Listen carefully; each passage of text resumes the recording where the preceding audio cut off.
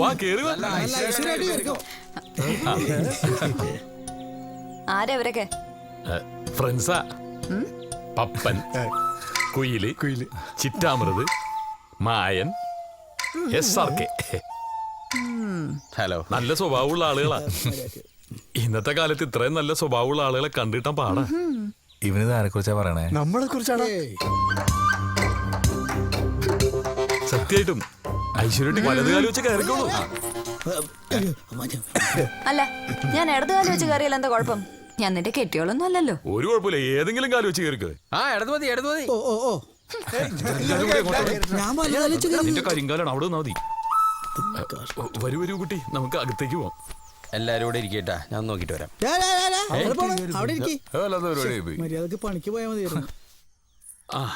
ഇത് ഫുള്ളി ഫർണിഷ്ഡാ. കൊള്ളാലോ. മാലയ്ക്ക് വേണമെങ്കിൽ ഈ മുറിയിൽ കിടക്കാം, മാലയ്ക്ക് വേണമെങ്കിൽ ആ മൂലക്ക് കിടക്കാം, അവിടെ കിടക്കാം, എന്റെ കൂടെ കിടക്കാം, അല്ല എന്റെ മുറിയിൽ കിടക്കാം, എവിടെ വേണമെങ്കിലും കിടക്കാം. എല്ലാം മാലയുടെ ഇഷ്ടം. ശരി. വാ, ഇനിയുണ്ട് റൂംസ്. ഇതാണ് നമ്മുടെ പ്രധാന പാചകശാല.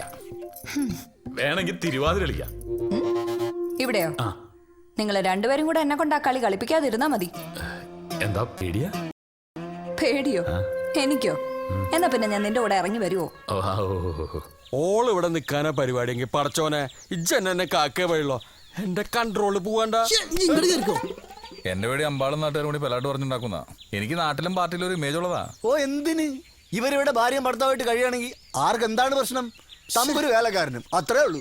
ഇവർ രണ്ടുപേരും ഭാര്യയും ഭർത്താവാണെങ്കിലേ എന്തൊലക്കാണ് നമ്മൾ ഉറക്കൊഴിക്കണത്. തീരുമാനം എന്താണെങ്കിലും മാല പറഞ്ഞോ. പറ്റുന്നെങ്കിൽ നിക്ക്, അല്ലെങ്കിൽ ഞാൻ കൊണ്ടുവിടാം. രണ്ടായാലും കുഴപ്പമില്ല. അറിയാലോ, എന്റെ ഗതികേട് കൊണ്ടാ ഞാൻ നിന്റെ കൂടെ ഇറങ്ങി പുറപ്പെട്ടത്. ഇത്ര നാള് നിക്കണം എന്നൊന്നും എന്റെ അടുത്ത് പറയരുത്.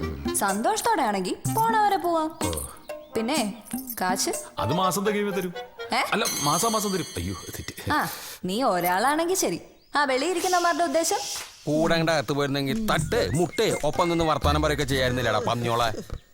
ഇതൊരു മാതിരി കായില്ലാത്തൊരു ഇറച്ചി വാങ്ങാൻ വന്ന പോലെ. ഇറച്ചി കൊതിക്കാരൻ വന്നു പുറത്തിറങ്ങിയ പീഡന കേസാ. പടി പാളും. ആലോചിച്ചിട്ട് ഇപ്പൊ തന്നെ നെഞ്ചു പറിച്ചിട്ട് പാടില്ല. അവിടെ ഇരിക്കടാ.